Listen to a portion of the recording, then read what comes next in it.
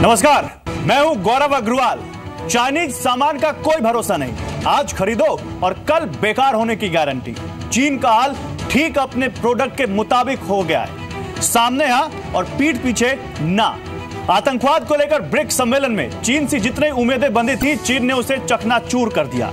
एक पड़ोसी देश को आतंकवाद की जननी वाले पीएम मोदी के बयान पर चीन ने विरोध जाहिर किया है। उसके मुताबिक आतंकवाद से पाकिस्तान भी पीड़ित है और उसे गुनहगार नहीं, पीड़ित के तौर पर ही देखा जाना चाहिए। यानी चीन ने पाकिस्तान ने अपनी पुरानी दोस्ती एक बार फिर निभाई है पाकिस्तान से, और यही है इस वक्त की बिग स्टोरी, बिग डिबेट, चीन की नापाक चाल। मेरे साथ इस मुद्दे पर बात करने के लिए एक बड़ा पैनल है, तमाम एक्सपर्ट्स हैं, डिफेंस, डिप्लोमेसी और पॉलिटिकल पार्टीज के रिप्रेजेंटेटिव। लेकिन उससे पहले ये रिपोर्ट देखिए।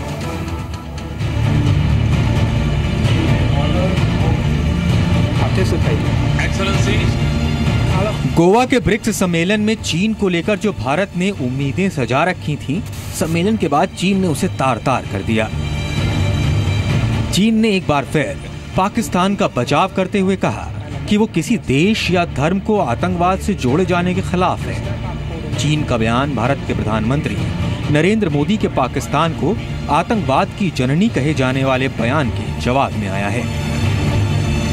This country in India's neighborhood embraces and radiates the darkness of terrorism.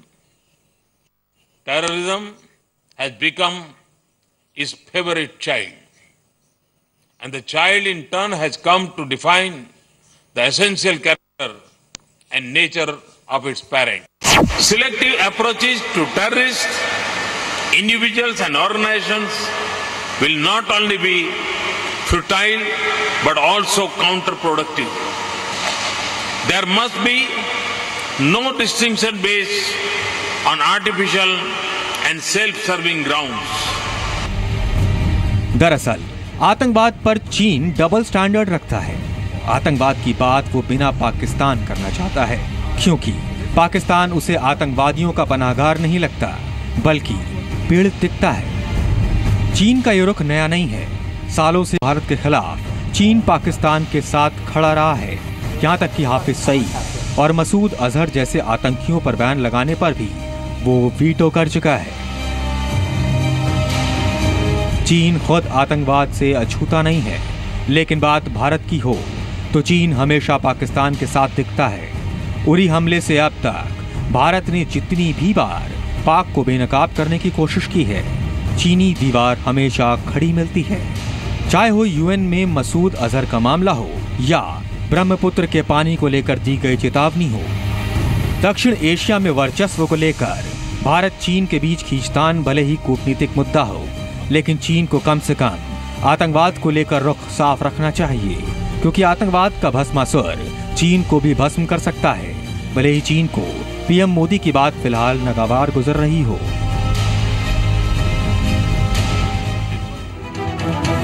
और इसी मुद्दे पर बात करने के लिए मेरे साथ एक खास पैनल है। Major general retired Vishambhar Dayal, defence expert Narendra Taneja, spokesperson BJP, Alok Sharma, leader Congress, JK Tripathi, former diplomat, lieutenant colonel Shivdan Singh, defence expert, और एनएन झा, फॉर्मर डिप्लोमेट। आप सभी लोगों का स्वागत है। और सबसे पहले नरेंद्र तनेजा, आपके पास आऊंगा। ब्रिक्स समिट में पीएम मोदी ने साफ पाकिस्तान को बेनकाब किया, उसको मदर ऑफ टेररिज्म बताया, उसको बताया कि कैसे साउथ एशिया में पाकिस्तान ने आतंकवाद को न केवल शरण दे रखी है, बल्कि अब जो उसके आतंकवाद पैदा हो रहा है उससे पूरे साउथ एशिया के एशियन कंट्रीज में बहुत ज्यादा दिक्कतें हो रही हैं। लेकिन नरेंद्र तनेजा, जिसके सामने ये बताया, और ब्रिक्स कंट्री का जो सबसे अहम स्टेक होल्डर में से एक है चाइना, जिसके सामने ये कहा, उसी के विदेश मंत्रालय ने आज एक सीधी लाइन जारी कर दी कि किसी भी देश को और किसी भी धर्म को आतंकवाद से जोड़ना नहीं चाहिए। नरेंद्र तनेजा, क्या आप समझते हैं कि आपकी कोशिशों को चाइना आगे नहीं बढ़ने दे रहा? आपकी कोशिशों को चाइना बार बार बट्टा लगा रहा है और एक बार फिर चीन की नापाक चाल सामने आई है। नरेंद्र तनेजा, देखिए, प्रधानमंत्री स्तर पे ये बात करी गई, पूरी दुनिया के सामने, ब्रिक्स के सारे प्रेसिडेंट्स उनके सामने और पूरी दुनिया के सामने, और चीनी राष्ट्रपति के सामने हमारे प्रधानमंत्री ने ये बात पूरी दुनिया को कही और पूरी दुनिया ने सुना, जिसमें चीन के राष्ट्रपति भी थे। जो वहां से वक्तव्य निकल के आया उसमें भी टेररिज्म जो है उसके खिलाफ लड़ाई होनी चाहिए, उसमें सब लोगों ने दस्तखत करे, चीन के राष्ट्रपति ने भी।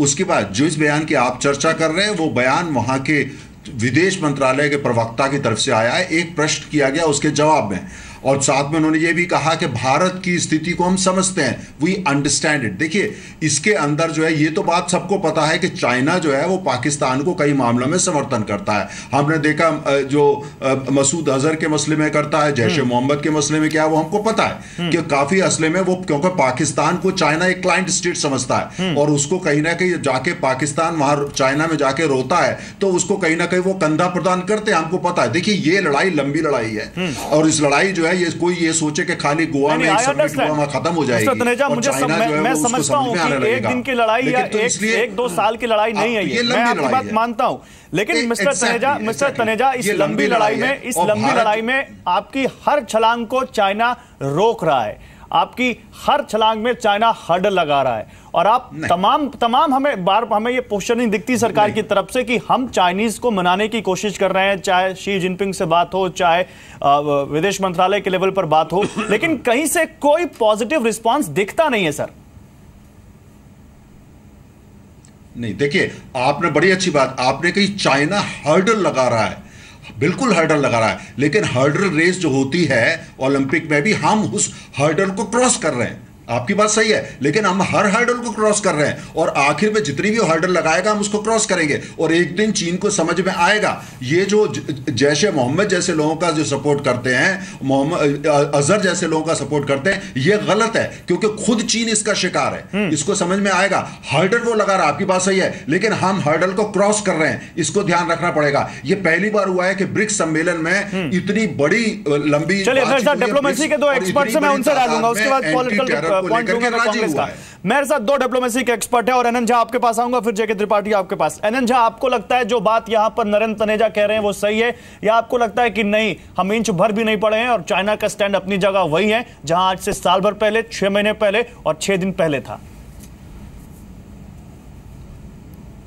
देखिए ऐसा है, एक रूप से देखा जाए तो थोड़ा सा आगे बढ़े हैं, फर्ज कीजिए 1-2 इंच। मैं बताता हूँ कैसे। एक वाक्य है वहाँ पर, सेंटेंस है जॉइंट स्टेटमेंट में, जहाँ की वो मेंशन करता है कि जो देश, जितने देश वहाँ उपस्थित हैं उन्होंने ये निर्णय लिया कि उनकी भूमि से आतंकवादी क्रॉस बॉर्डर टेररिज्म नहीं होगा, यानी अपने बॉर्डर को वो नहीं देंगे शरण क्रॉस बॉर्डर टेररिज्म के लिए उतना ही। लेकिन साथ साथ ये भी देखना होगा कि चीन विदेश मंत्रालय में ये साफ कर दिया है कि मसूद अजहर के केस में और एनएसजी के केस में वो उनका पोजीशन वैसे ही रहेगा, कोई परिवर्तन नहीं आएगा, ये साफ कर दिया है। तो हम कह सकते हैं कि 1 इंच बढ़ा है, लेकिन शायद is it satisfactory mister Tripathi? क्या इस पे हम खुश हो सकते हैं या क्या इसको अपनी कामयाबी मान सकते हैं जो अनंत झा कह रहे हैं? जी देखिए, मैं काफी हद तक झा साहब से सहमत हूँ, क्योंकि जिस चीज की वो बात कर रहे हैं वो फ्रेजिंग जो है वो पिछले सम्मेलन में थी और हम उसको उफा सम्मेलन में लाने की कोशिश कर रहे थे। आखिरी टाइम पे बात नहीं बनी और वो फ्रेज हटा दिया गया। सीसीआईटी की बात कर रहे हैं आप? नहीं, सीसीआईटी की नहीं। इसमें यह है, देखिए कि blocking source of funding including through organized crime by means of money laundering, drug trafficking, criminal activities, dismantling terrorist bases and countering misuse of social media. ये चीजें सीधे सीधे बिना नाम लिए पाकिस्तान की ओर इंगित करती हैं और ये हमारी बहुत बड़ी। फिर जब वो यही कहते हैं कि किसी देश से, किसी धर्म से मत जोड़िए, तो फिर वो बात कहाँ रह जाती है? देखिए, चीन के साथ आपको ये नहीं सोचना चाहिए कि रातों रात चीन अपनी 50 साल 60 साल की दोस्ती पाकिस्तान के साथ बदल देगा, चाहे कोई भी सरकार हमारे यहाँ की हो। जैसे हम रूस के साथ अपनी दोस्ती नहीं बदल सकते या रूस हमारे पीछे खड़ा रहता है, वो नहीं बदल सकता अपना स्टैंड रातों रात, वैसे ही चीन नहीं बदल सकता। चीन का सीपीईटी में 54 बिलियन का इन्वेस्टमेंट फंसा हुआ है। चीन को सामान बेचना है पाकिस्तान को, अपना इकोनॉमिक मतलब मर्केंडाइज भी और मिलिट्री वेयर्स भी। चीन इतनी आसानी से अगर आप सोचे तो नहीं कर सकता, लेकिन कम से कम ये बहुत बड़ी बात हुई कि इस जिस सीपीसी की आप बात कर रहे हैं, चाइना पाकिस्तान इकोनॉमिक कॉरिडोर, वो भी हम अपने दर्शकों को दिखा रहे हैं। क्यों खास है सीपीसी, ये दिखा रहे हैं।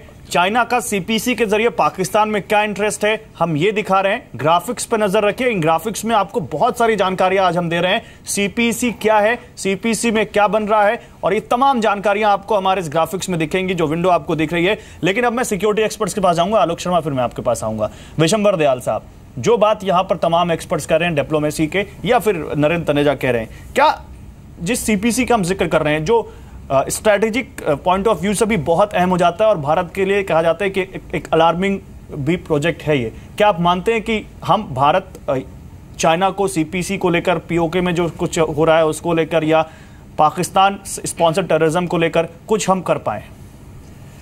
देखिए, मेरी अपनी मानना ये है कि जहाँ तक चाइना का सवाल है, कुछ लोग सोचते हैं कि वो हमारी पाकिस्तान से दुश्मनी है और उसमें वो पाकिस्तान की मदद करता है, लेकिन मेरी अपनी धारणा ये है कि दरअसल में चाइना 1962 से नहीं, बल्कि जब से हमने तिब्बत को रिकग्नाइज, जब से तिब्बत को हमने उसे लेने दिया, तब से लेकर आज तक चाइना की सिंगल पॉइंट पॉलिसी है एंटी इंडिया।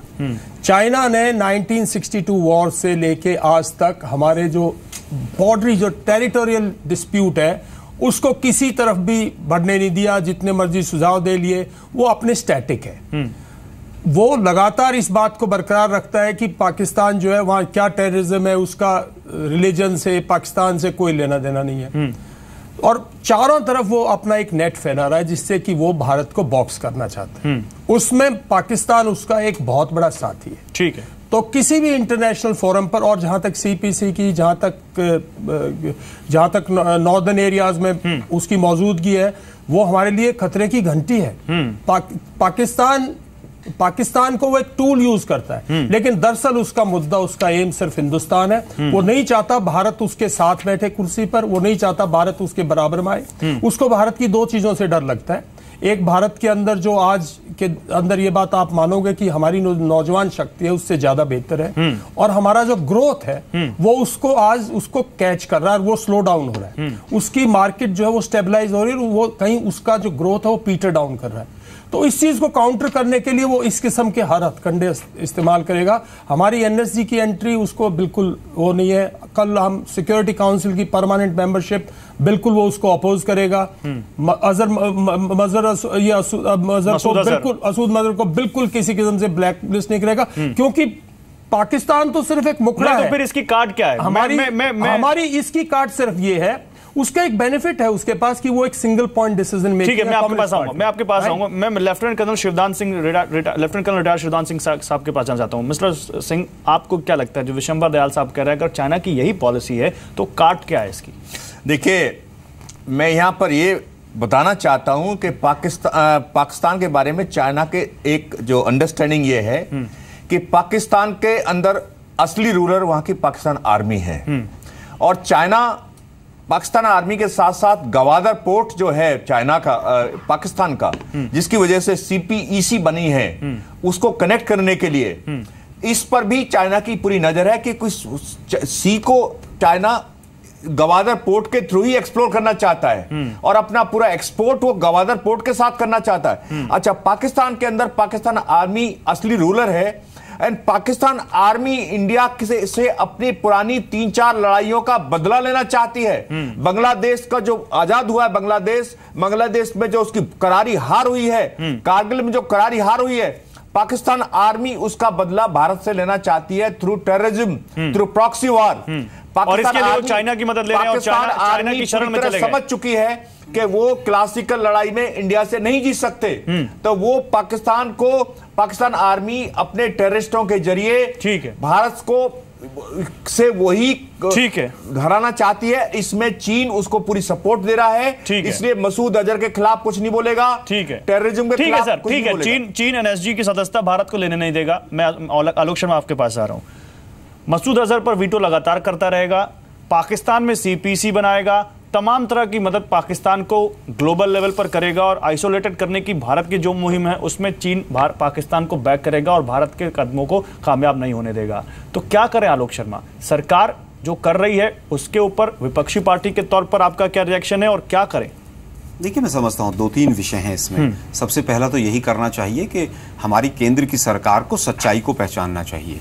चाइना अगर हमारा साथ नहीं दे रहा है और बीजेपी के तमाम प्रवक्ता आके अपनी पीठ थपथपाएं, उसका कोई हर्ष निकलने वाला नहीं है, कोई रिजल्ट निकलने वाला नहीं है।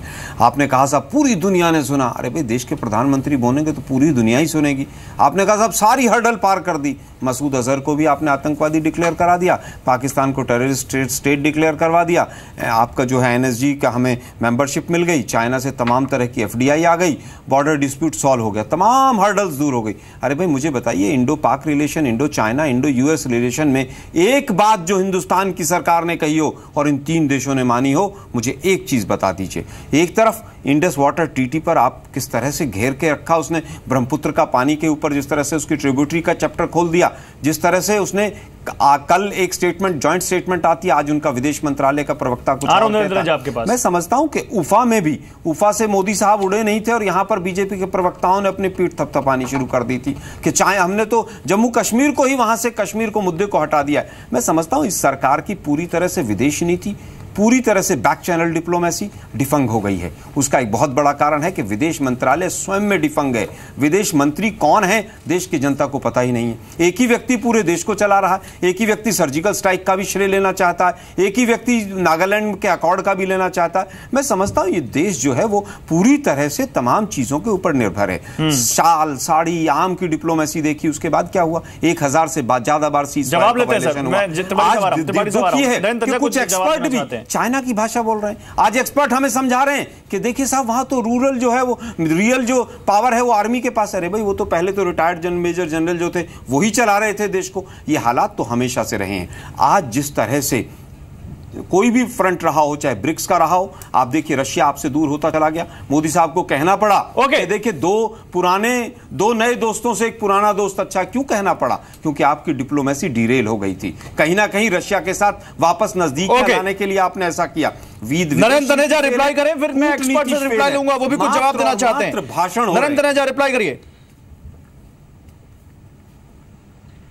देखिए, पहली बात तो यह है कि मेरे कांग्रेस के साथी ने जितना जो सारा कुछ बोला है वो इतना बचकाना है और उसमें बिल्कुल इस बात का स्पष्ट करता है इनको कूटनीति का नहीं आता कि मैं इस पर कमेंट ही नहीं करूं। इस लायक नहीं है कि मैं उस पर टिप्पणी करूं। देखिए हमारे जो आप जिस तरह से रिलायंस के आप आदमी रहे हैं, मैं आप पर पर्सनल जाऊंगा, दिक्कत होगी।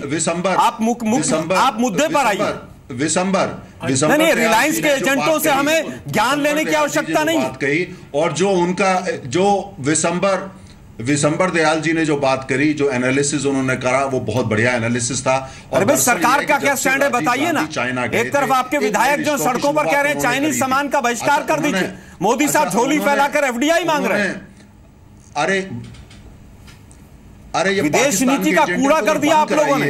आप हमें सिखा रहे हैं कि विदेश नीति क्या होगी। अच्छा इसमें, अच्छा इनको अब देखिए ये बिदक गई। आप बताइए ना, चाइना से, पाकिस्तान से, USA से केंद्र की सरकार ने एक मांग रखी हो 2.5 साल में और वो पूरी हुई हो, उत्तर दीजिए। आपकी सारी बातों इस लायक नहीं है कि मैं उस पर टिप्पणी करूं। नहीं टिप्पणी क्योंकि आपका जवाब नहीं है, आप भाग जाएंगे डिबेट से, लेफ्ट राइट गोल गोल घुमाएंगे। आप बताइए ना, चाइना को मोदी साहब ने कोई एक चीज कही और वो मान गया। अच्छा आप रेंटिंग, अच्छा जेम्स बॉन्ड की तरह लाहौर में तो उतर गए, उसके बाद पठानकोट हो गया। ISI के लोग यहां पर आकर हमारी इंक्वायरी कर रहे हैं, फिर आप हमें देशभक्ति सिखाते हैं। अच्छा अब ठीक है, 1 to 1 बात कर लेते हैं। अब 1 to 1 बात कर लेते हैं। चाइना पाकिस्तान 1 to 1 बात कर लेते हैं। नरेंद्र तनेजा आपने रिप्लाई पूरी कीजिए। इनके प्रवक्ता तमाम कहेंगे पाकिस्तान को आतंकवादी देश घोषित होना चाहिए। अरे भाई क्या हुआ उसका? एक आतंकवादी को आतंकवादी नहीं घोषित करवा पा रहे हैं। आलोक शर्मा आज आराम से बात करते हैं, गंभीर बात करते हैं। कुछ वैसे होते हैं जिसमें लोगों का बीपी हाई हो जाता है। आज मैं अपने दर्शकों को, सर सुनिए ना, आज मैं अपने व्यूअर्स को बहुत गंभीर और बहुत अच्छी चर्चा, बहुत हेल्दी चर्चा बताना चाहता हूं विद फैक्ट्स कि आखिर चाइना का पाकिस्तान में इंटरेस्ट क्या है और हमारी सरकार या विपक्ष के तौर पर आप इस बारे में क्या सोचते हैं और एक्सपर्ट्स की राय में हम क्या कर सकते हैं। इतनी सी बात है। कोई पर्सनल कमेंट नहीं, किसी के साथ कोई पर्सनल ऑफेंस नहीं। सर मिस्टर तनेजा, आप रिप्लाई कीजिए अपना, उसके बाद मैं सबके साथ आऊंगा। मैं सबसे चाइना पाकिस्तान इकोनॉमिक कॉरिडोर, देखिए चाइना पाकिस्तान इकोनॉमिक कॉरिडोर जो है वो कुल मिलाकर के वो पाकिस्तान को मजबूत करना चाहते हैं। चीन की जो पूरी एक वो है कि भारत को घेरो, ये उसी योजना का हिस्सा है कि जो अरब सागर है उसमें वो पहुंचे हैं, ग्वाडर पोर्ट में पहुंचे हैं। $46 बिलियन इन्वेस्टमेंट के लिए उन्होंने कहा है। उनका दावा है कि $16 बिलियन उन्होंने इन्वेस्ट कर दिया। ये दावा सच नहीं है, अभी तक उनका टोटल इन्वेस्टमेंट में $4 बिलियन आया है। लेकिन बांग्लादेश पहुंचे वहां के चीन के राष्ट्रपति, और उन्होंने कहा $20 बिलियन बांग्लादेश में इन्वेस्ट करें। गोवा आने से पहले वो आ गए। इस सबको लेकर के जो चीन की सारी हरकत है, चीन का सारी स्ट्रेटेजी है, उसको लेकर के सरकार पूरी तरह सचेत है। लेकिन देखिए चाइना एक ऐसा देश नहीं, लेकिन नरेंद्र तनेजा सवाल विपक्ष उठाए या सवाल इंटेलेक्ट उठाए? सुनिए, चाइना आपको पाकिस्तान को ग्लोबली आइसोलेट करने में चीन की दीवार की तरह बीच में खड़ा हो रहा है। तमाम एक्सपर्ट्स भी कह रहे हैं कुछ हो सकता है आपने जो कुछ किया उसका फर्क पड़ा, लेकिन आप उस चीन की दीवार को पार नहीं कर पा रहे। गौरव एक सेकंड सुनिए। देखिए चाइना को देखने के कई संदर्भ हैं। एक संदर्भ पाकिस्तान भी है। चाइना को हम ये भी देखेंगे दूसरी दुनिया की दूसरी बड़ी अर्थव्यवस्था है, हमारा ट्रेडिंग पार्टनर। लेकिन पाकिस्तान के संदर्भ में हमको चीन से बहुत बाधाएं हैं और पाकिस्तान से हमको परेशानियां हैं। और दूसरी तरफ जो बॉर्डर का इश्यू है उस पर भी हमको चाइना के साथ बहुत सारे इश्यूज हैं। तमाम मुद्दों पर वो इश्यूज हैं। जब से प्रधानमंत्री राजीव गांधी गए थे तब से बातचीत हो रही है, लेकिन कई जगह प्रोग्रेस हुई है, लेकिन तमाम जगह हर्डल आई है। एक हर्डल क्रॉस होती है, नई हर्डल आती है। देखिए ये ठंडे दिमाग की चीजें हैं और इनको समझना पड़ेगा। इसके एजेंट उसके एजेंट इस पे आएंगे तो वो गलत हो जाएगा। नहीं बताइए ना जरा। दूसरा इस पे आप मुझे बताइए कौन सी एक हर्डल 2.5 साल में दूर हुई है? अच्छा, दूसरा 60 साल में भी तो नहीं दूर हुई। कौन? सुनिए जरा ध्यान से सुनिएगा। मैं ये कहना चाहता हूं कि आप किस तरह से चाइना से डील करते हैं। पहली बार सुनिए आप, एक सेकंड बताऊंगा सर।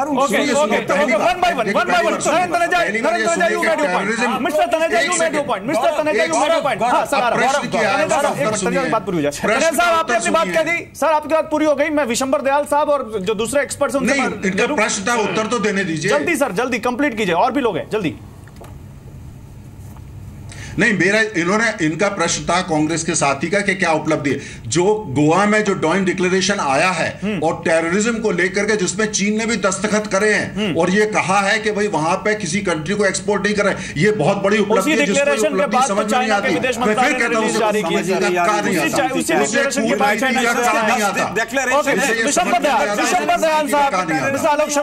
विशंबर दयाल साहब, देखिए साहब, चाइना इसी बात को एंजॉय करता है कि हिंदुस्तान में ना हर बात पर काफी डिफरेंसेस हैं, होने चाहिए, डेमोक्रेसी है। लेकिन एक बात पर हमें सब एकजुट होना चाहिए, हमें पाकिस्तान को थोड़ी देर दूर रखना चाहिए इस पूरी नीति से, और हमें कहना चाहिए चाइना के साथ हमारे डिफरेंसेस हैं। और मैं समझता हूं भारत की सरकार को, कोई भी सरकार हो, आप बात कीजिएगा, ट्रेड कीजिएगा, ट्रेड में भी आपका बहुत हैवी ट्रेड डेफिसिट है, मैं उस पर बात नहीं करना चाहता, बहुत एम्बेरेसिंग स्टेट है ट्रेड डेफिसिट पे। लेकिन जो असली बात है, आप अपने नॉर्थ के अंदर बॉर्डर एरियाज को डेवलप कीजिएगा, अपनी मिलिट्री कैपेबिलिटी जहां बॉर्डर से और साउथ चाइना और अपने ईस्टर्न नेवल फ्लीट में आप इतने स्ट्रांग, चाइना सिर्फ स्ट्रेंथ समझता है। चाइना ने, देखिए मैं आपको 3-4 चीजें बताता हूं।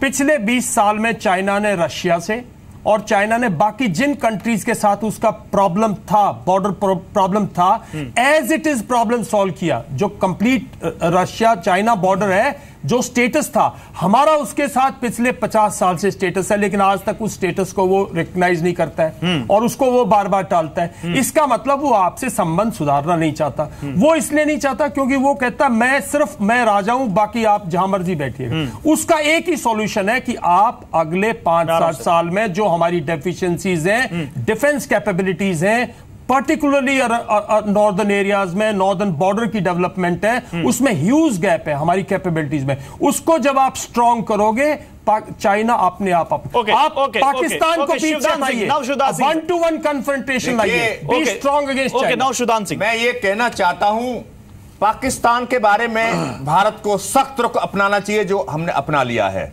सर्जिकल स्ट्राइक के बाद में। और जो मेरे साथी कांग्रेस के नेता बोल रहे हैं मैं किसी पॉलिटिकल पार्टी की तरफ से नहीं बोल रहा हूं, मगर इस सरकार ने वो काम किए हैं जो एक्सप्लोरेटरी काम होने चाहिए थे। ये जो पिछली यूपीए सरकार गई है, ये मिलीजुली सरकार थी, इनके अंदर कोई हिम्मत नहीं थी कोई डिसीजन लेने की। और ये जो सरकार जितने भी काम कर रही है आज, ये एनडीए सरकार है, वो एक सबल एक सक्षम सरकार को करने चाहिए, वो एक काम कर रही है। और इस वक्त क्या कभी भी चाइना एक ऐसा हमारा बॉर्डर एक कंट्री है जिसके साथ हमें केयरफुल रहना पड़ेगा, पावरफुल रहना पड़ेगा, पर एट द सेम टाइम बड़ी बात की सर आपने बड़ी बात कही है, आपको फैक्ट्स रखने चाहिए यहाँ पे। गौरव जी बहुत बड़ा आरोप है चाइना गौरव जी आपने बहुत रूल में बट आपको कंट्री को बहुत ज्यादा नुकसान हुआ। नहीं, आपको फैक्ट्स रखने चाहिए, फैक्ट्स नहीं है, कोई भी फैक्ट्स नहीं है। देखिए हम लोग सेना से हैं साहब, और हम लोग ऐसी, मैं नहीं समझता हमें इस किस्म की पॉलिटिकल भाषा, आप चाइना को एज चाइना लीजिएगा।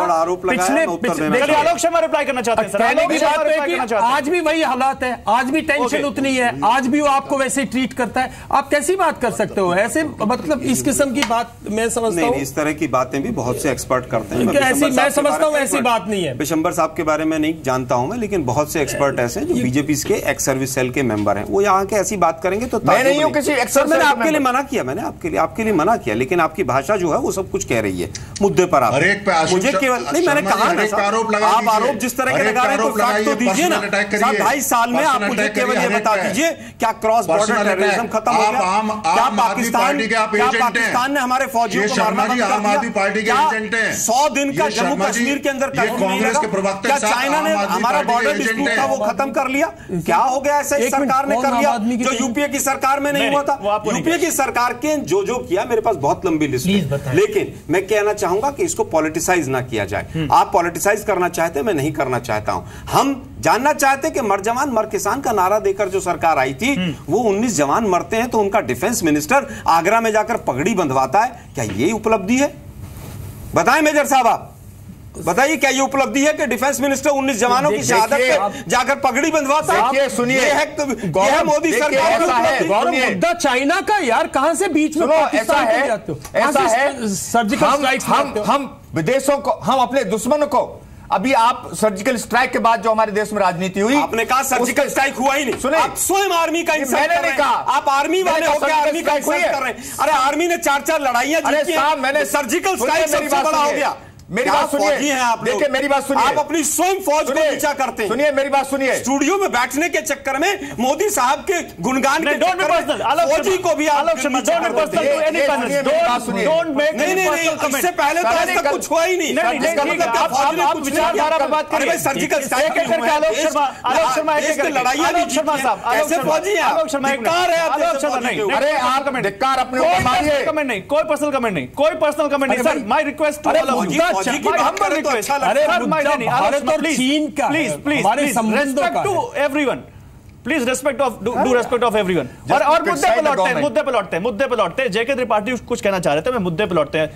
जेके त्रिपाठी आप कुछ कहना चाह रहे थे, हम अपने मुद्दे पे लौटते हैं। बोलिए। मैं देखिए 2-3 चीजें कहना चाह रहा हूं। पहला तो ये है कि उफा समिट से पहले की जो समिट थी उसमें डिक्लेरेशन में एक अच्छी बात आई थी, लेकिन वो चीज उफा समिट में हम नहीं कर पाए। हमने बड़ी कोशिश की। अब इसमें देखिए ये पहले से भी लोगों को अंदाजा था कि अगर इस डिक्लेरेशन में ये चीज आ जाती है कि blocking source of funding including through organised crime by means of money laundering, trafficking, criminal activities and dismantling terrorist bases, बहुत इंपॉर्टेंट चीज है। ठीक है। और हमें नहीं उम्मीद थी कि चाइना इसका मतलब समझाइए हमारे लोगों को, हमारे व्यूअर्स को आसान भाषा में इसका मतलब समझाइए। मतलब ये है कि टेररिज्म के लिए जो फंडिंग हो रही है उसको ब्लॉक कीजिए, मनी लॉन्ड्रिंग जो हो रही है क्रिमिनल एक्टिविटीज के थ्रू फंडिंग के लिए उसको ब्लॉक कीजिए, और जो टेररिस्ट बेसेस हैं जहां उसको डिसमेंटल करिए। और आपको लगता है कि ये चाइना कर रहा है? नहीं, चाइना नहीं कर रहा है, लेकिन हमको ये भी नहीं सोचना चाहिए कि चाइना ओवरनाइट ये कर देगा। चाइना 60 साल से हमारे खिलाफ है। That is the point sir. मैं इस सरकार की या पिछली सरकार की बात कर ही नहीं रहा हूं। हम तो जब चाइना की बात करते हैं तो हम लगातार पिछले 60 सालों की बात करते हैं। नहीं, हम ये कह रहे हैं हमारी विदेश नीति जो है, मैं आलोक जी के लिए कहना चाहता हूं कि विदेश नीति एक दिन में नहीं बनती। आप एक दिन में नहीं कहते कि विदेश नीति हमारी खराब हो गई या बंटाधार हो गया या अच्छा हो गया। विदेश नीति शुरू से जो हमारी है वही है, उसमें थोड़ा बहुत परिवर्तन होता रहता है, और वो टूल्स हमने अभी वो किए हैं, उस टूल्स में थोड़े से लगे रहिए साहब।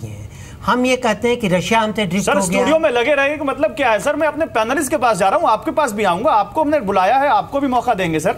हम अपने तमाम लोगों से मिल रहे हैं, बातचीत कर रहे हैं, आपका पक्ष भी लिया जा रहा है, ऐसे कमेंट मत करें सर प्लीज। एनएन झा, मैं आपके पास भी आऊंगा। एनएन झा, आपका एक्सपीरियंस क्या कहता है जो तमाम एक्सपर्ट्स कह रहे हैं चाइना के बारे में? आपको भी लगता है कि वाकई ये जो फ्रेज या ये जो पैराग्राफ आया गोवा समिट में, ये बहुत बड़ी उपलब्धि है, या Masood Azhar, NSG, cross border tension, इन सब को लेकर अभी बहुत कुछ किया जाना बाकी है? एनएन झा,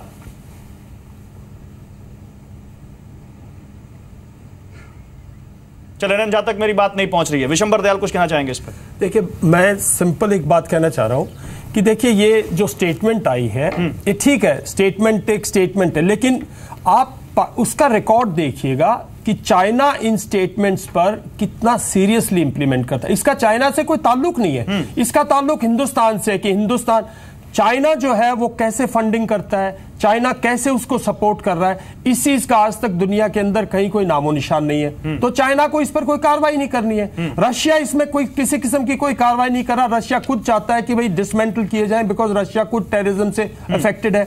ब्राजील और साउथ अफ्रीका का भी इससे कोई लेना देना नहीं है। ये सिर्फ हमारे और पाकिस्तान के बीच की बात है। अगर आप मेरी बात मानो तो मैं समझता हूं ब्रिक्स सम्मेलन के दौरान, पूरा के पूरे ब्रिक्स सम्मेलन में आप अगर पाकिस्तान सेंट्रिक करते हो तो आपकी पूरी साइकोलॉजी शो करती है कि आपका देश कितना पाकिस्तान सेंट्रिक हो गया।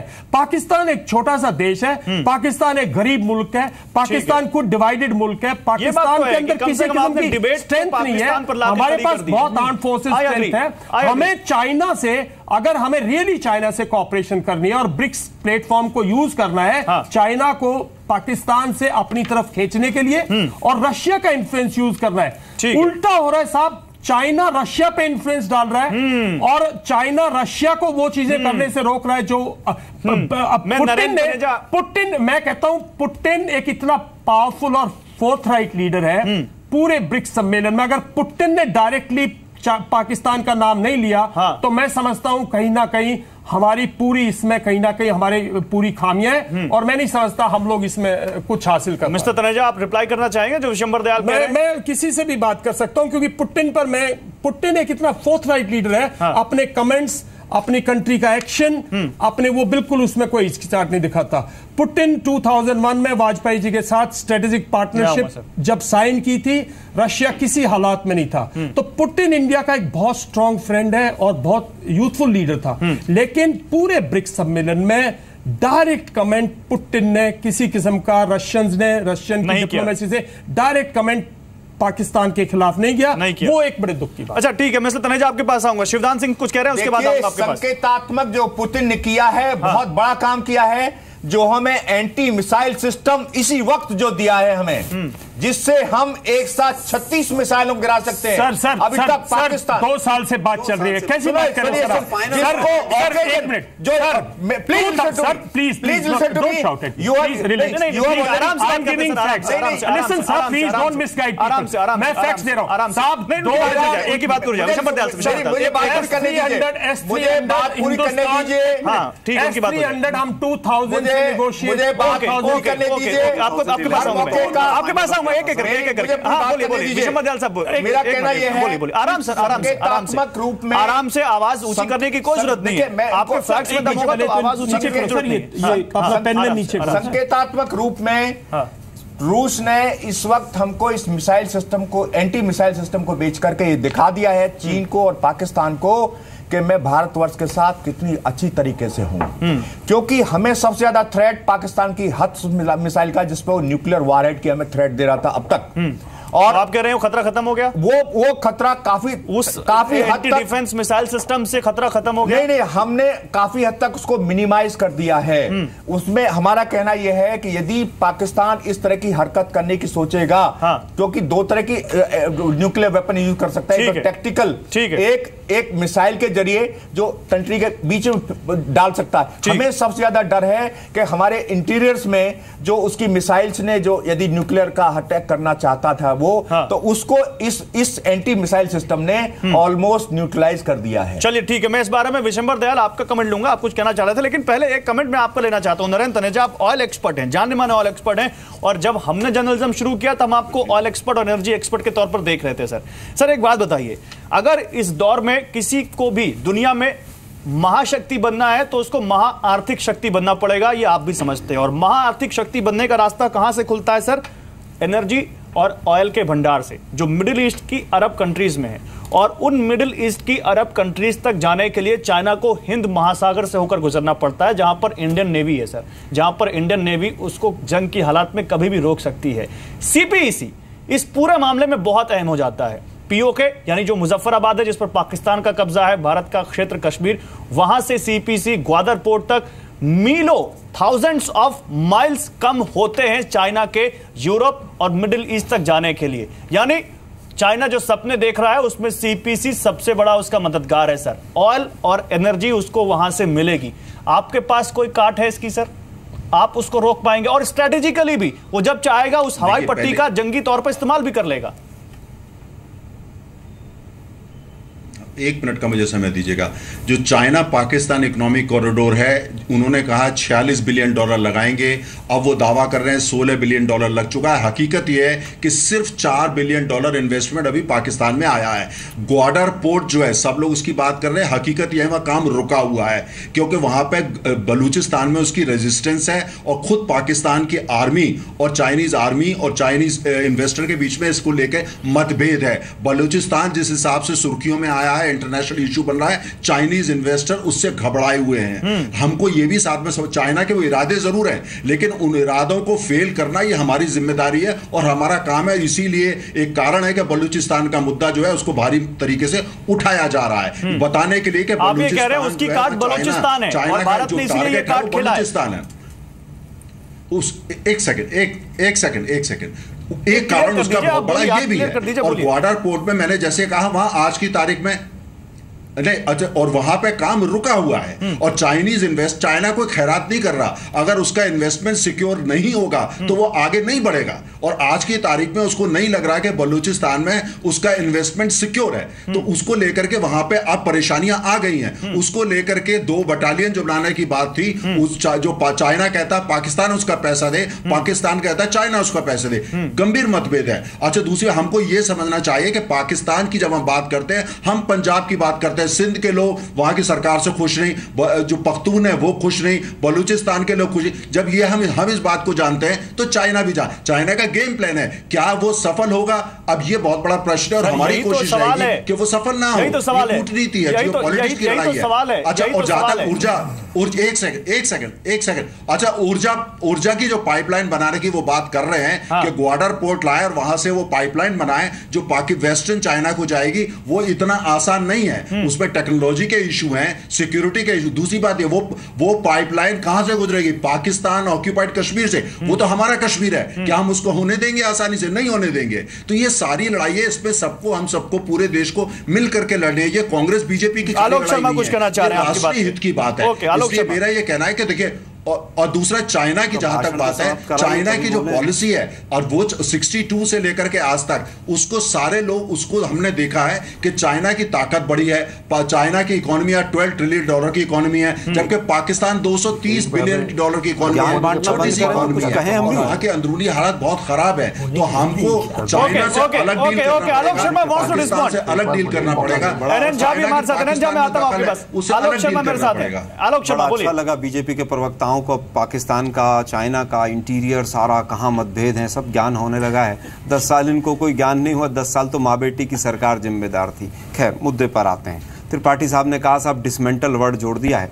मैं उनसे पूछना चाहता हूँ, अभी हमने जो सर्जिकल स्ट्राइक किए थे, क्या उसने चाइना में सपोर्ट किया था हमारा, या आगे चाइना करेगा सपोर्ट अगर हम इस तरह की हरकत करेंगे? तो हरकत शब्द नहीं, मतलब इस तरह की चाइना की सपोर्ट की जरूरत नहीं। आलोक शर्मा जी, चाहता हूं चाइना की और पाकिस्तान के प्रवक्ता ना बने हमारे एक्सपर्ट। हमारे एक्सपर्ट हिंदुस्तान के प्रवक्ता बने। रशिया चाइना के पीछे चला गया, हम उसको रोक नहीं पाए। चाइना ने अपोज किया था? नहीं किया। चाइना ने अरे सर क्रिटिसाइज नहीं किया, क्या सपोर्ट किया है? नहीं तो उसका क्या आगे करेगा? अरे आप चाइना के प्रवक्ता हैं, भारत के प्रवक्ता, मेरे तो समझ नहीं आ रहा। आप लोग चाइना पाकिस्तान को डिफेंड करने पे लगे हुए। आप मुद्दे पर आ रहा हूं। विशंबर दयाल साहब ने बहुत अच्छी बात कही कि आप कह रहे हैं कि हमें मिसाइल दे दी। अरे मिसाइल का तो 2000 से हमारा नेगोशिएशन चल रहा था। उसके बाद क्या हुआ? हुआ ये है कि पिछले 2.5 त्रिपाठी साहब आपने डिसमेंटल वर्ड आपने यूज किया, मैंने नहीं किया। का प्रवक्ता कहा है सर, आप चाइना की तरह बात कर रहे हैं। चाइना ऐसा करेगा, चाइना आप भी कह रहे हैं कि चाइना ने क्रिटिसाइज भी नहीं किया। ये गलत है। आपने कहा डिसमेंटल, आपने कहा डिसमेंटल वर्ड यूज। मैं पूछ रहा हूं आपसे, क्या आप कह रहे हैं? फिर दोबारा आपने चाइना का पक्ष रखा कि चाइना ने क्रिटिसाइज भी नहीं किया। इसका मतलब चाइना का पक्ष रख रहे हैं। वापस आते हैं मुद्दे पर। मुझे केवल ये बताइए, कोई बात नहीं। आलोक शर्मा, मुझे भी बहुत सी उम्मीदें नहीं है एक्सपर्ट से। खिलाफ है वो बीजेपी। सर मुझे बहुत सी उम्मीदें एक्सपर्ट से भी नहीं है। मैं भी आपकी उम्मीदों के मुताबिक बोले, नहीं हो सकता है। आपके मुताबिक मैं बोलूं ये भी जरूरी नहीं है। मुद्दे पर आते हैं। मुद्दे पे बात आप कह रहे हैं कि साहब रशिया जो है वो हमें मिसाइल सिस्टम दे रहा है। अरे रशिया तो पाकिस्तान के साथ पिछले 60 साल में ऐसा नहीं हुआ। पाकिस्तान में वो अपनी डिफेंस एक्सरसाइजेज कर रहा है। कहां गई हमारी पार्टी? आज हमारी पूरी विदेश नीति, जैसा दिसंबर साहब ने भी कहा, पूरी पाकिस्तान सेंट्रिक हो गई है। उसका कारण है मोदी साहब को भारत पाकिस्तान की जो नीति है मिस्टर आलोक शर्मा, आपको सामने आलोक शर्मा भारत पाकिस्तान की बात पार्टी को बोल दीजिए। आप कह रहे हैं कि रशिया ने पाकिस्तान के साथ डिफेंस एक्सरसाइज की, इसलिए इसका मतलब ये कि रशिया पाकिस्तान की ओर हो गया। कहीं ना कहीं नजदीकियां हैं, इसका सीधा मतलब है। सुनिए, आपको ये पता है पिछले 5 साल में हमने चाइना के साथ 3 डिफेंस एक्सरसाइजेस की हैं और अभी नवंबर में करने जा रहे हैं। लेकिन वो चीजें मतलब है सर वो चीजें पहले भी हुई हैं। पिछले 5 साल में 3 बार नहीं, पिछले 10 साल में हुई है। लेकिन उनको बोले दीजिए, उनको बोले। मैं ये कहता हूं, अगर एक एक्सरसाइज करने से आप कहते हैं कि चाहे रूस जो है पाकिस्तान के साथ हो गया है, तो चीन के साथ तो हमने 3 एक्सरसाइज की, चौथी अभी नवंबर में पुणे में होने जा रही। सर वो पहले से होती आ रही है, वो ट्रेडिशनल है, वो परंपरागत रही हैं। लेकिन रशिया और परंपरागत नहीं, रशिया और पाकिस्तान का आलोक शर्मा यहाँ पर परंपरागत बना दी। आप स्वयं कह रहे हैं 5 साल में एक करके। सर जय त्रिपाठी, आपकी बात कंप्लीट हो गई, आपकी बात कंप्लीट हो गई। शिवदान सिंह, देखिए मैं ये कहना चाहता हूं, जा रहा हूं आपके पास। मैं ये कहना चाहता हूं हम लोग कि कोई भी चीन का प्रवक्ता नहीं है यहाँ पर। यहाँ पर फैक्ट्स बोल रहे हैं। बिल्कुल नहीं है। जो फैक्ट्स हैं वो बताए जा रहे हैं। प्रवक्ता सिर्फ पार्टीज के हो। ठीक है, ये हमने ये कहा है कि एंटी मिसाइल सिस्टम जो इंडिया को बेचा गया है वो एक इस पर्टिकुलर ओकेजन पर ये 2 दिन में ही क्यों हो गया सारा? ये पीछे भी हो सकता था, आगे भी हो सकता था। 2 दिन में हो गया।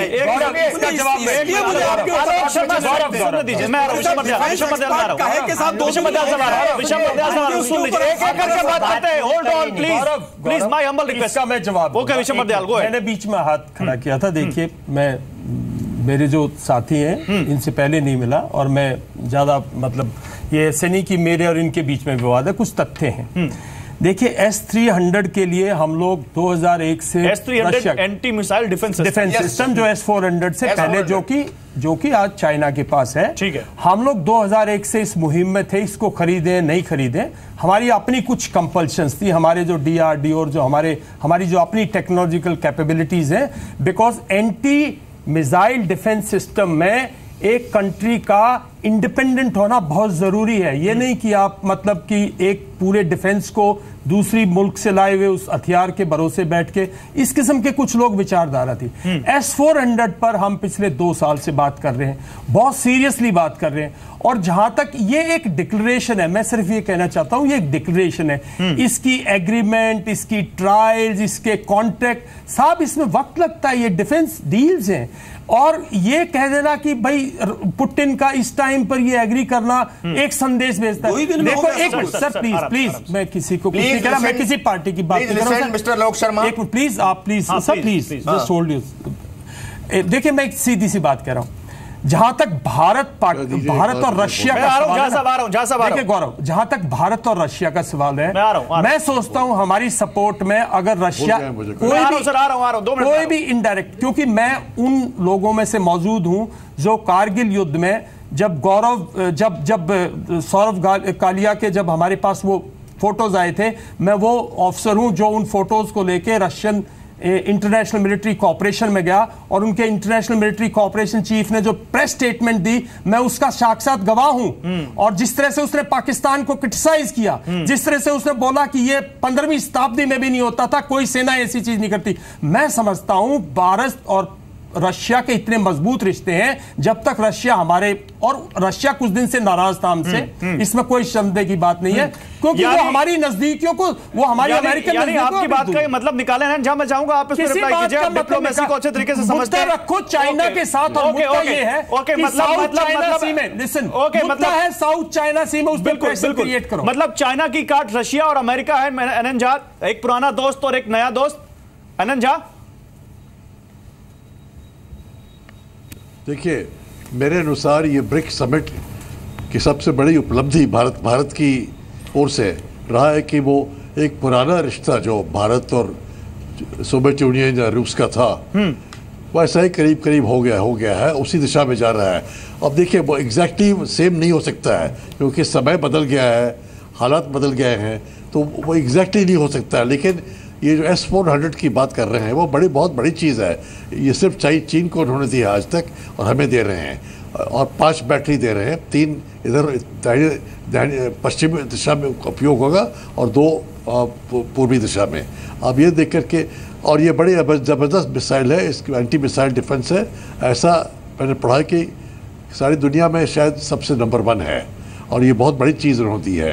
इसके साथ और भी दिया है डिफेंस इक्विपमेंट, हेलीकॉप्टर के बारे में। नहीं सर, ठीक है, तो क्या आप ये कहना चाह रहे हैं कि रशिया ही चाइना की काट है, हमारा सबसे पुराना दोस्त, सबसे भरोसेमंद दोस्त, जो थोड़ा सा गुस्सा हो गया था, जिसको हमने मना लिया है, या आप ये कह रहे हैं कि नहीं, एक बहुत बड़ा दोस्त अमेरिका हमें मिल गया है और रशिया से ज्यादा ताकतवर, रशिया से ज्यादा भरोसेमंद चाइना के खिलाफ हमारे काम आएगा? क्या कहना चाहते हैं?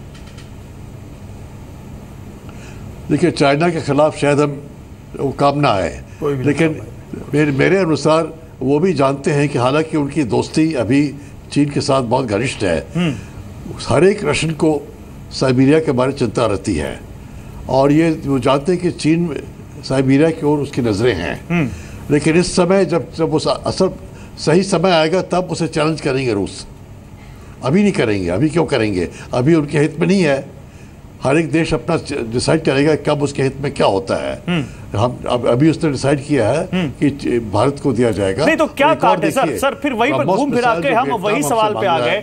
रशिया हमारी मदद करेगा नहीं, अमेरिका हमारी मदद उस वक्त करेगा नहीं जब हमारी जरूरत होगी। एनएसजी पे सदस्यता हमें मिल नहीं रही चाइना की वजह से। मसूद अजहर को हम इंटरनेशनल टेररिस्ट घोषित करवा नहीं पा रहे चाइना की वजह से। क्रॉस बॉर्डर टेंशन अरुणाचल में हम देखते रहते हैं चाइना। पाकिस्तान में इतना हैवी इन्वेस्टमेंट चाइना का, हर तरफ तो चाइना हमारे सामने एक भूत बन के खड़ा है जिसकी कोई काट हमारे पास नहीं है। फिर क्या करें हम ऐसी दोस्ती की पींगे बढ़ाते रहें और हमारे कोई काम ना आए? इसका मैं बताता हूँ। नहीं सुनिए, चाइना में जो चेस शतरंज होता है उनके देश में, वो हमारे यहाँ 64 प्यादे होते हैं, उनके यहाँ 128 से ज़्यादा भी होते हैं। उसका असल रूप होता है कि दुश्मन को घेर लो और घेरने के बाद जो करना चाहे कर लो।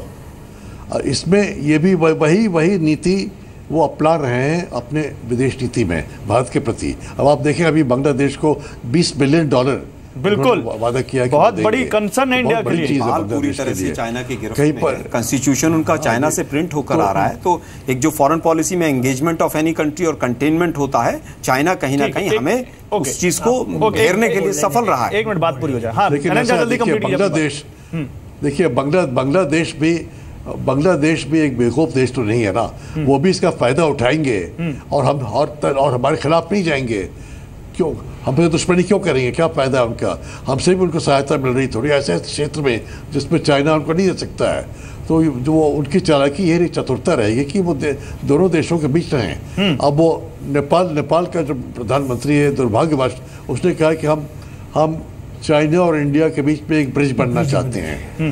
अब मेरे ख्याल से इसकी कोई आवश्यकता नहीं थी, खास करके इंडिया में इस ब्रिक्स के समिट में कहने के लिए। वो तो ब्रिज बनना चाहते हैं, सबको पता है, लेकिन बहुत सी ऐसी बातें होती हैं डिप्लोमेसी में जो सबको पता रहता है, लेकिन बार बार दोहरानी चाहिए उसे। ठीक है, ओके। तो ये आपको सोचना पड़ेगा। ओके, ठीक है, मेरे पास समय नहीं है, मेरे पास समय नहीं है। ओके, ओके, निकल आएंगे। ओके, अब एक फाइनल कमेंट सबसे, और मैं चाहूंगा कि सवाल कोई ना उछाले, जवाब देने की कोशिश करें अपने अपनी तरफ से। और आलोक शर्मा, शुरुआत आपसे करते हैं। बताइए, अब इस पूरी बहस के बाद आपको क्या लगता है कि वाकई चाइना के मुद्दे पर हमारी पॉलिसी का फेल्योर है, या आपको लगता है कि नहीं ठीक है, वही पॉलिसी जो आपकी है वही चल रही है और वो सही है? देखिए, मैं समझता हूं कि जिस तरह से डिप्लोमेसी के अंदर एंगेजमेंट ऑफ एनी कंट्री या कंटेनमेंट होता है कि उसको घेरा जाए, किस तरह से उसको विभिन्न मुद्दों के ऊपर आकर केंद्रित किया जाए, हम पिछले 2-2.5 वर्षों से, जब से मोदी साहब की सरकार आई है, उसमें पूरी तरह से फेल रहे हैं। दुर्भाग्य ये भी रहा है कि चाइना को हमें देने के लिए, ऑफर करने के लिए, देखिए डिप्लोमेसी में कहीं ना कहीं बार्गेन रहती है, आप हमें ये दीजिए, हम ये देंगे। हम अभी तक कोई चीज वो ऐसा पॉइंट क्रिएट नहीं कर पाए हैं कि जिस बिंदु के ऊपर लाकर हम चाइना को खड़ा कर सकें। लेकिन जिस तरह की अभी नीतियां चल रही हैं, सबसे पहले तो यही होना चाहिए कि साबरमती के किनारे बैठ के झूला झूलना बंद होना चाहिए। हमें आंख खोलनी पड़ेगी कि चाइना हमारे साथ नहीं, चाइना हमारा दोस्त नहीं है, ये हमें मानना पड़ेगा। हमें झोली फैलाकर साहब एफडीआई दे दीजिए, एफडीआई दे दीजिए, जवाब नहीं होना चाहिए। कंप्लीट कीजिए नरेंद्र तनेजा, छोटा रखिएगा, जवाब दे दीजिए आप भी, और फाइनल कमेंट आपका। हाँ, लेकिन सुनिए, देखिए आलोक शर्मा की बात में जो बिटरनेस है, एक तो इनको डिप्लोमेसी की समझ नहीं, मैं दोबारा बोलता हूं, ये मुझे बोल दे जिसका एजेंट बोल रहा है कोई फर्क नहीं पड़ता, बोल दे, है ना, कम से कम पाकिस्तान का एजेंट में नहीं हूं जो ये लोग हैं। लेकिन सबसे बड़ी किस तरह की भाषा का इस्तेमाल कर रहे हैं, सत्ताधारी दल है आप, बड़ा दुर्भाग्य है आपका ये स्तर है कि आप मेरे से उम्र में भी बड़े हैं, लेकिन मुझे नहीं पता था आपका बौद्धिक लेवल ये है। ये आपका बौद्धिक लेवल ऐसा है तो मैं क्या कर सकता हूं? ये नरेंद्र मोदी का भारत है। ये देखिए, ये नरेंद्र मोदी और बीजेपी का भारत है। हम कमजोर, हमें नहीं, हमारा भारत नहीं है, ऐसी मानसिकता है इन लोगों में, अहंकार सर पे चढ़ रहा है। आलोक शर्मा की बात नहीं, मोदी साहब का भारत है, बीजेपी का भारत है। आलोक शर्मा, आपने भी बहुत सारी ऐसी बातें की जिस पे लोगों को आपत्ति हो रही है, आप बताइए ना कि भारत मोदी आलोक शर्मा आपकी बात कंप्लीट कीजिए जल्दी। ये बौद्धिक स्तर है इनका।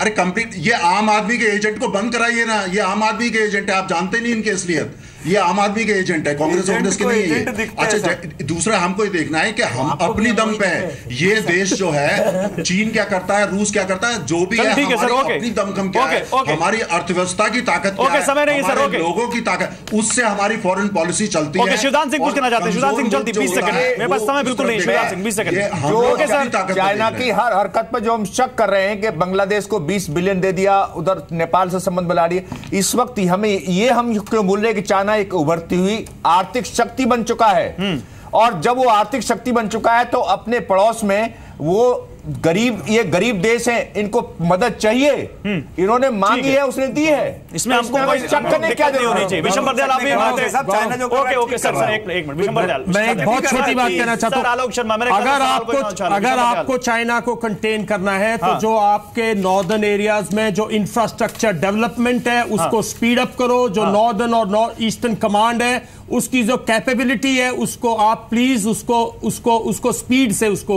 मॉडर्नाइज करो, और ईस्टर्न कमांड को, ईस्टर्न नेवल कमांड को और स्ट्रांग करो ताकि वो डरे। चाइना डर से डरता है। मिस्टर त्रिपाठी, मैं इसमें एक चीज और संक्षेप में ऐड करना चाहूंगा कि अपने नॉर्दर्न बॉर्डर को स्ट्रेंथन करने के साथ साथ हमें साउथ चाइना सी पे अपना स्टैंड और एग्रेसिव बनाना चाहिए, क्योंकि वो जगह है जहां चाइना को पिंच करेगा, जहां चाइना हर ओर से घिरा। Thank you sir, thank you very much all of you. बहुत शुक्रिया आप सभी लोगों का मेरे साथ इस बहस में जुड़ने के लिए। और एक अपील आप सबसे, आप पाकिस्तान का एजेंट ठहराइए, आप चाइना का एजेंट ठहराइए, आप लोगों को, इस देश में बैठे हैं, जनता का एजेंट ठहराइए और जनता के एजेंट के तौर पर बात कीजिए और लोगों को बताइए कि हम डिफरेंसेस रखते हैं, क्योंकि हमारे देश में रियल डेमोक्रेसी है, लेकिन देश के मुद्दे पर डिफरेंस नहीं होना चाहिए, देश के सुरक्षा के मुद्दे पर डिफरेंस नहीं होना चाहिए। और ये जिस दिन होगा उस दिन शायद चाइना क्या, देश की, दुनिया की किसी भी कंट्री का हम मुकाबला करने को तैयार होंगे। बाकी बिग स्टोरी बिग डिबेट में आज बस इतना ही। आप सभी हमारे साथ जुड़ते रहिए, अपने फीडबैक हमें ट्विटर, फेसबुक, व्हाट्सएप पर देते रहिए और साथ ही देखते रहिए बिग स्टोरी बिग डिबेट।